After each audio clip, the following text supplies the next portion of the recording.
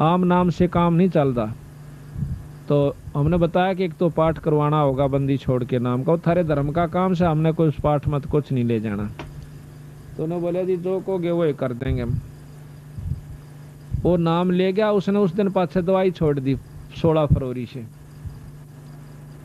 घरवाला ने चिंता हुई कि यू खांदे खांदे जीवा था दवाई, और ही फिर ही उम्र रहेगा, और उसको चैन सा हुआ दवाई छोड़ने पाछे। तो घर वाले उसको 5 दिन के बाद डॉक्टर के पास ले गए। डॉक्टर ने बोला भाई एक्सरे ला पिछले, जो महीने के पहले एक्सरे कराया था 15 दिन पहले, उसमें सख्त खतरनाक बीमारी टीबी की बहुत गहरी पाई। दोबारा एक्सरे तारा, दोबारा एक्सरे उतारा तो उसमें कोई बीमारी नहीं थी। डॉक्टर ने बोला आज पास दवाई मत खाइए, तेरा नुकसान कर सकती है। बोल सतगुरुदेव की।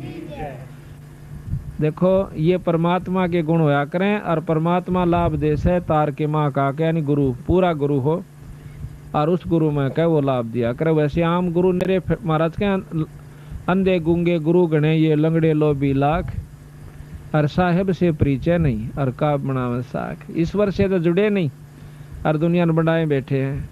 आप भी नरक में गधे बनेंगे और गेला उनके वो बनेंगे चेले, उड़े नरक में लौटेंगे, और उड़े के कुतिया के पेट में कुतरू बने का होंगे सारे गुरु और चेले। तो इस दुख से बचने के लिए हमने पूरे गुरु की तलाश करनी चाहिए। ये मनुष्य जन्म बाल का खेल नहीं है कि फिर मिल जाएगा।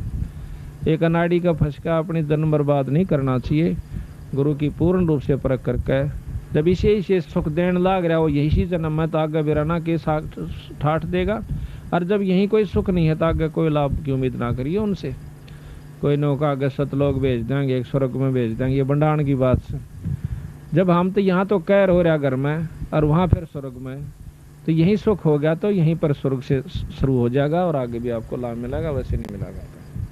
तो इस प्रकार बताया कि जिस घर में ऐसे सुथरे समागम शुरू हो जाते हैं उनके ना जाना कितने दुख परमात्मा दूर करा कर। तो इसलिए बताया कि सत्संग के बिना इस जीवन में ज्ञान नहीं होता। सत्संग में आप देख लो कितने गाय हो साबित काम में, बल्कि निंदक ज्यादा होंगे और इस बात को सराहने वाले कम मिलेंगे। क्यों? उनको बेरा नहीं बेचारा ने। जब ज्ञान हो जाएगा कि यह चीज बहुत बढ़िया है और इसका ज्ञान हो, यहाँ वक्त बैठे कोई सुने, वो बिना सुने तक कोई कुछ कह रहा होगा, कोई कुछ कह रहा है। सच्ची बात को सुनने में भी कष्ट होता है। यहाँ का बैठे सुने फिर उसको अजमा कर देखें। हम किसी को बुरा नहीं सिखाते। कोई बीड़ी शराब मांस तमाकू से पीछा छुटवाते हैं और परमात्मा के नाम पर लावासा। दारू पीने वाले को के बच्चों पर कितना बुरा असर पड़ता है, हुक्का पीने वाले पर कितना बुरा असर पड़ता है।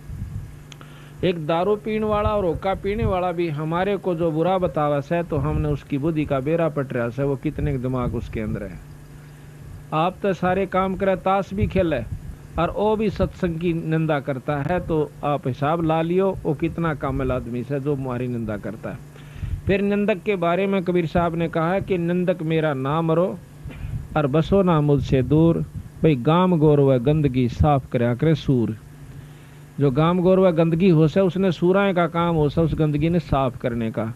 निंदक जो भगत का होता है वो सबसे प्यारा हो से उसका, वो उसके सारे अड़ंगे ने साफ करता है, उसकी सारी बुराई ना आप ले लेता है। इसी प्रकार कहा है कि जब तक हम सत्संग में नहीं आवांगे तो हमने क्या का ज्ञान नहीं होगा। अब सत्संग ये भी नहीं जरूरी होता कि लाखों आदमी इकट्ठे हो जाए जब बस सत्संग हुआ करे। 2 भाई बैठ के ईश्वर की चर्चा कर लें, वो भी सत्संग कहलाता है। हो सकता है उसकी उसी में सद्बुद्धि आ जाए और नाम लेने की चेष्टा बन जाए। इसलिए बताया सत्संग मोक्ष की दारा, कोई समझ राम का प्यार। सत्संग मोक्ष की दारा, कोई समझ राम का प्यार। अब सत्संग का सुनना कोई बड़ी बात नहीं, सत्संग तो बहुत सुन लिए होंगे, पर उसको समझना नाम सत्संग का उस है। अगर समझाएंगे नहीं तो सुनी सुनाई बातों पर कोई लाभ नहीं होगा जब तक हम समझेंगे नहीं। कैसे? जैसे मीराबाई ने समझा और सेऊ नाम के एक सम्मन ने समझा, सेऊ ने समझा, इनका नाम सत्संग समझना उसे। किस प्रकार कि मीराबाई ने एक बारात देखी और उसमें दुल्हा देखा सजा धजा, सिर पर उसका मुकुट मोड़ और अच्छे उसकी खूब छवि। इसने देख के वह मीराबाई बालक सी थी ने बोली, माँ यू कौन से? यू फलानी का बनड़ा से। ने बोली, माँ मेरा भी बनड़ा ला दे। बालक थी 5, 7, 10 साल की, उसने ज्ञान नहीं था यू के खेल से। रोन लागी, हाय मेरा भी बनड़ा ला दे, मेरा भी बनड़ा ला दे।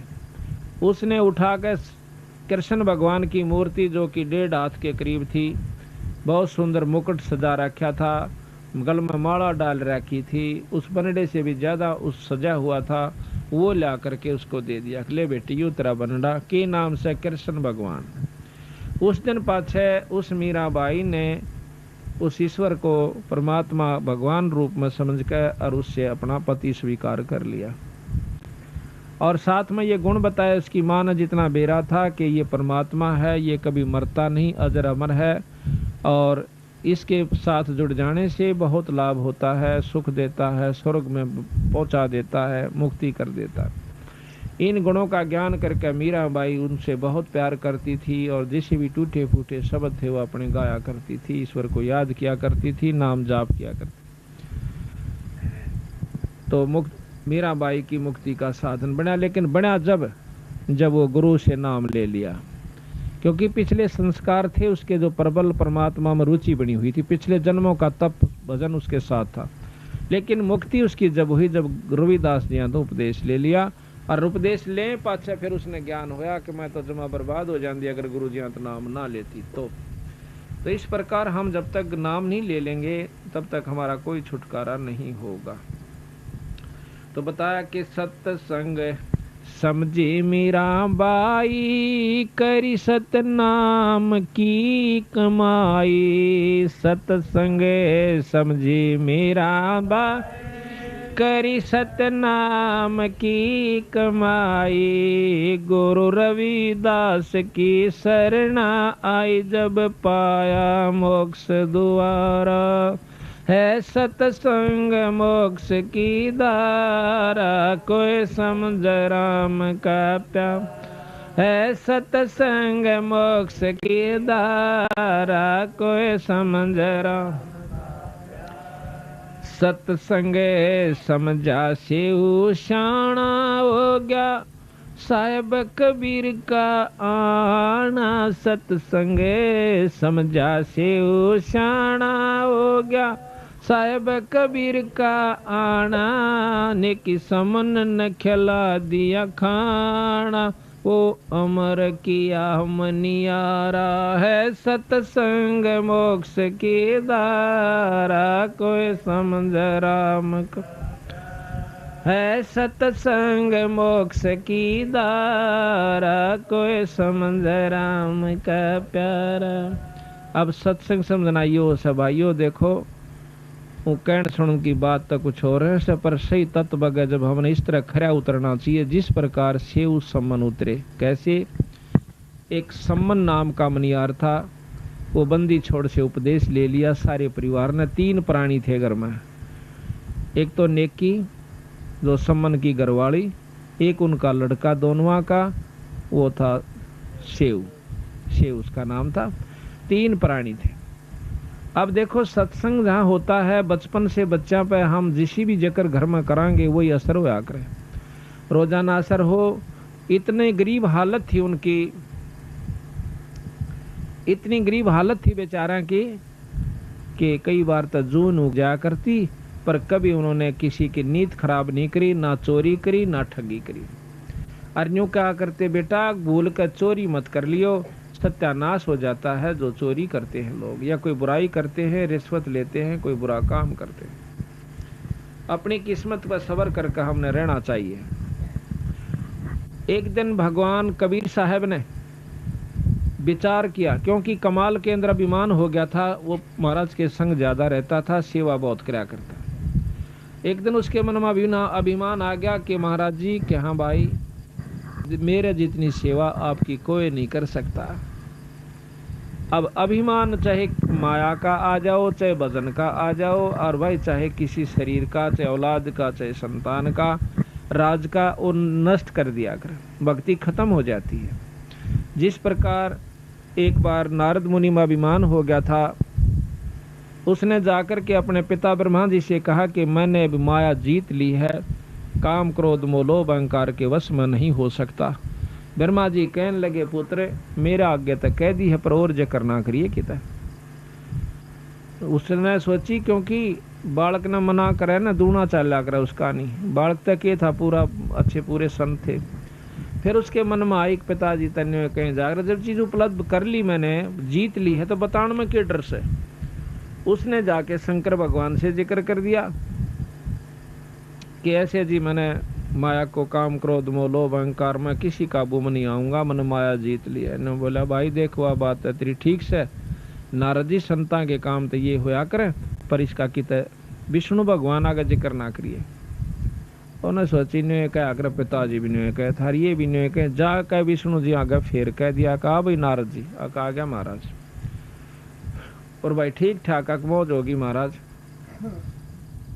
ने बोला जी एक उपलब्धि मैंने आज कर ली। क्या कर ली भाई कि मैं किसी माया के काबू में नहीं आऊंगा, मैंने बेरा पट गया कि संसार कुछ नहीं है, हाँ, और मैंने सब क्या पे काबू कर लिया। वाह बेटा वाह, बहुत अच्छा करा। विष्णु भगवान ने सोचा कि देख शंकर जी का बस में को नहीं आया कामदेव, और यू कर लिया, ये इसका यू फुटे भागी भी चौधरी पाकेगा और यू गधा बनेगा, फिर जाकर इसका समाधान होना चाहिए। ने बोला ठीक है बेटा बहुत बढ़िया करा शाबाश। और यूं कह कर नारद जी चल पड़ा तो रास्ते में एक मायावी महल एक नगर बनाया। उस नगर के राजा की कन्या की शादी का उपलक्ष्य हुआ। उसमें बहुत से राजा इकट्ठे हुए। अब उसने नारद ने पूछा रहा ये कि रोड़ा सा हो रहा, बाजे बाजन लाग रहे और भाई बड़ा खूब धूमधाम हो रही। किसी ने बता दिया कि यहाँ फलाने राजा की कन्या का विवाह है। नारद ने सोचा चल देख लेते। अब मन में आता है कि क्यों ना यहाँ शादी करवा लूं, पर शादी तेरी हो क्यों करे, कन्या बहुत खूबसूरत और तेरी सूरत ठीक को नहीं। तो उसने भगवान विष्णु से अर्ज करी कि मुझे अपना रूप दे दे। अब भगवान विष्णु प्रकट हुए, कहने लगे बोलो ऋषिवर क्या चाहिए कि ऐसे ऐसे कन्या का विवाह है और उसने अपना पति चुनना है और जो खूबसूरत पति होगा उसको चुनेगी, आप मुझे अपना रूप दे दीजिए। नो बोले तथास्तु। तो उन्होंने बंदर का मुंह ला दिया उस नारद जी का। अब नारद जी सोचे कि तेरा जो शकल है विष्णु भगवान की हो चुकी है और तेरे जितना सुंदर इस सृष्टि में कोई नहीं, और कन्या तुझे जान दे अपनाओगी। अब वो कन्या माला लेकर के घूम रही होती है और नारद जी का दोहरे का लिकड़गी। उसने सोचा तू देखा को नहीं, ये ना तो आई चुन लेती। आगे जाके फट मुंह काटा सारा तो आगे आके उस और लड़की ने और मुंह फेर के दूर के लिकड़गी। फिर आगे पहुंचा देखा कदे फेर कसर रहेगी वो। आखिर में उसको शीशा दिखा दिया एक ने खड़ा होकर अपनी शक्ल तो देख ले तुम। शक्ल में देखा है तो बंदर का मुंह हो रहा। तो वहां से समझ गया कि मेरे को जो है ना विष्णु भगवान ने ठग लिया। और थोड़ी देर में आ जाता है खुद विष्णु और उस कन्या के सामने खड़ा हो जाता है और वो कन्या उस विष्णु जी के गले में वरमाला डाल देती है। तो नारद जी ने विष्णु भगवान को श्राप दे दिया कि जिस कारण मैं पत्नी की वियोग में आज इतना दुखी हुआ, इसी प्रकार तुम भी एक दिन अपनी इस पत्नी के बारे में दर दर धक्के खाओगा और तेरी मदद भी जो है वानर करेंगे जिसका तने मुंह लाया। इतना कसराब देकर के नारद जी अंतर ध्यान हो जाता है। एक बार की बात है कि रामचंद्र जी उस शराब को पूर्ण करने के लिए सीता जी का हरण हुआ। राम वियोग करता हुआ घूम रहा जंगल में पहाड़ा के ऊपर। तो नारद जी पहुंच जाते हैं। नारद जी ने पता तो हो गया कि तेरे कारण इन्होंने कष्ट पाया। पांव पकड़ कर रोने लग गया। ने बोला महाराज मैं पापी जीव सूं, अपने स्वार्थवश आपको मैंने श्राप दे दिया है और आज आप मेरे कारण दुखी हो रहे हैं। कोई बात ना बेटा, मैं तो इस दुख ने ले मरूंगा पर तेरे पर नहीं उठाओ। तेरे को सुखीकरण की खातिर मैंने ये सारा कष्ट मोल लिया है। हम तो पार कर जाएंगे इस कष्ट ने, पर तेरी सी दुर्गति हो जाती तो कुत्ता और गधे की चुनी में जाता अगर तेरा अभिमान उसमें मैं नहीं तोड़ता तो। इस प्रकार अभिमान जो बहुत खतरनाक होता है। तो भगवान कबीर साहब ने सोचा कि कमाल की तो बिगड़गी बनी बनाई कहानी, इब इसमें यो अभिमान हो गया कि तेरे जितनी सेवा महाराज ने की कोई नहीं कर सकता। एक दो दिन के बाद महाराज ने कहा कि भाई कमाल, ऐसे ऐसे एक भक्त है अपना सम्मन नाम का मनियार, और उससे मिलना जी कर रहा से, चलोगे? हाँ महाराज मैं तो आपके संग जरूर चलूंगा। एक शेख फरीद नाम के संत हुए हैं जो कि पहले बहुत तपस्या की, तप किया, उल्टे कुएं में लटक गए थे, फिर भी परमात्मा अल्लाह खुदा की प्राप्ति नहीं हुई, मुसलमान थे। बंदी छोड़ कबीर साहब ने, जब उसने 12 वर्ष कुएं में लटकते हो गए और काग आगे आंख काट डरना, तो उस समय उस शेख फरीद ने न्यू कहा था, भाई कागो मेरे हाडा पर ऊपर कोई मांस बच रहा हो तो उसने खा लो, क्योंकि अस्थि पंजर हो गया था, उसका मांस नहीं रहा शरीर का ऊपर। 12 वर्ष में 1.25 मन अन्न, महाराज गरीबदास जी ने लिखा है कि शेख फरीद ने खाया था 1.25 मन 12 वर्ष में। उसके अभाव से यानी शरीर ऐसा हो गया था जैसे हाड़ न्यारे चमके थे, कति मांस नहीं था। फिर भी उसने कहा कि भाई काग कव्यो, अगर मेरे शरीर पर कितना मांस का टुकड़ा बच गया हो तो उसने खा लो, पर मेरी आँख ना खाइयो, हो सकता हमने परमात्मा अल्लाह का दीदार हो जावे, दर्शन हो जावे। न्यू कह करके वो रो पड़ता है, आँखों में पानी भराता है। भगवान कबीर साहब देखो, हम भक्ति भी करते हैं, साधना भी करते हैं, उपासना भी करते हैं, जब तक हमारी आँखों में ईश्वर के प्रति रोना नहीं आंदा, इतना भक्ति आपकी शुरू नहीं होली से। तो जब उसकी भक्ति शुरू हुई, वो रो पड़ा जब भगवान कबीर साहब सतलोक से आकर वहाँ प्रगट हो गए थे और उसको बाहर निकाल लिया कुएं में। तो वह जो का तो जुगाड़ सा सारा न्यू बोला, भाई भगत जी तो किस लिए इसमें लटक रहा कुएं में? कि परमात्मा पाने के लिए, अल्लाह पाने के लिए, कि मैं तेरे सामने खड़ा, मैं अल्लाह हूँ, खुदा हूँ। न्यू बोला, ऐसे नहीं, परमात्मा तो बेचगुण होता है, परमात्मा यूं होता है। बेचगुण कहते हैं निर्गुण को, कहते हैं निर्गुण ने तू देखेगा क्यों करे, सरगुण में तेरे सामने खड़ा। और बात सुन दे कि इस तप से तो तीसरे जन्म में कुत्ते की जुनी में जागा, तप से राज होता है, अगले जन्म में तू राजा बन जाएगा और तीसरे में कुत्ता बनेगा। ये साधना इस तप से होगी। अब भाई शेख फरीद की तो पिंडी कापी, कोट बड़ा मुकदमा मोल लिया और फिर यूँ इसका फल मिला। तो महाराज कहते हैं, बो है पेड़ बबूल का आम कहाँ से खा, बहुत रहे तुम की करे और बाट देखो आम लागन की। साधना भी गलत करो, मर पड़कर को साधन शुरू भी करते हो तो वो भी गलत कर रहे हो। तो इन्होंने बोला, जी फिर मैंने कोई रास्ता बता दो। रास्ता बताऊंगा, खाए का दा टूक, यानी फल खवाए, फिर उसको रोटी खवाए, कुछ फल खाओ। महाराज कहते हैं कि इतना ना खाओ कि आपका पेट भर जाए और आपको नींद आ जाए, ज्यादा नहीं छकना चाहिए।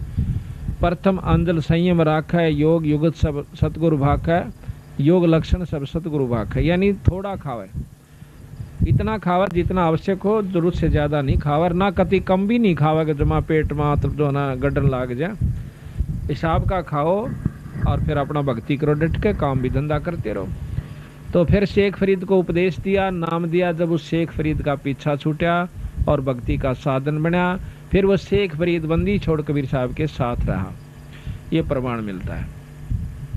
तो शेख फरीद, कमाल और कबीर साहब उस सम्मन नाम के भगत के पास आ जाते हैं और उस सम्मन की इतनी बुरी हालत थी बेचारे की कि रोटी भी एक समय की उग जाया करती थी, इतना गरीब हालत में थे। और लेकिन प्रेम परमात्मा में इतना गजब था कि जो ही सामने 3 संत दिखाई दिए तो तीनों प्राणियों ने जब पता चला कि महाराज जी आगे हैं, एकदम जो भी जिस काम में रत था वहीं छोड़कर डांक मारी, देड़िया में आगे खड़े हो गए, लंबी डंडौत करी और रोन लागी नेकी खड़ी होकर कि भगवान हमारे कौन से सुथरे दिन आए जो आज परमात्मा हमारे बारने आगे आ गया। हे सतगुरु, आपने हमारे ऊपर ऐसी कौन सी रजा करी, दर्शन दिए और हमारे जैसे तुच्छ जीवों के पास आप आगे, राजाओं को छोड़कर। क्योंकि कबीर साहब के उस समय बहुत से राजा विशेष हो गए थे, सिकंदर लोधी, बिजली खां पठान जो कि मगर देश का राजा था, और वीर सिंह बघेला जो कि काशी का नवाब था, और भी बहुत से राजा थे जो कि कबीर साहब के शिष्य हो गए थे। तो महाराज ने कहा कि बेटी हम आगे, हमारा दिल करा कि आज उनको मिल का आवा। कहा जाओ महाराज। भीतर बिछा दी, बिछाना दो रजसी बोरी थी, पल्ली थी, को बिछौना पाटा टूटा था, सतगुरु महाराज बैठ जाते हैं। बैठने के बाद पानी पात प्या करके तो सम्मन कहने लगा महाराज जी भोजन का बताओ, क्योंकि शाम का समय था। तो कबीर साहब ने बोले भाई रोटी तो खावांगे, भूख लाग रही से, भोजन तैयार करवाओ, भूख लगी हुई। बोला अच्छा जी। अब सम्मन घर ने आकर अपनी पत्नी से पूछा है कि महाराज जी रोटियां की कैसे, कि भोजन का की बहुत से। वानो बोली जी घर में एक दाना भी नहीं से अन्न का। तो कहने लगा किसे तो मांग लिया उधारा। कबीर साहब तो वह नेकी कहने लगे जी 2-3 घरा में गई हूँ, कोई उधारा नहीं देता। अगर आप ये वीडियो YouTube पर देख रहे हैं तो हमारे चैनल को सब्सक्राइब करें और बेल आइकन को दबाना ना भूलें। अगर आप Facebook पर ये वीडियो देख रहे हैं तो हमारे पेज को लाइक करें।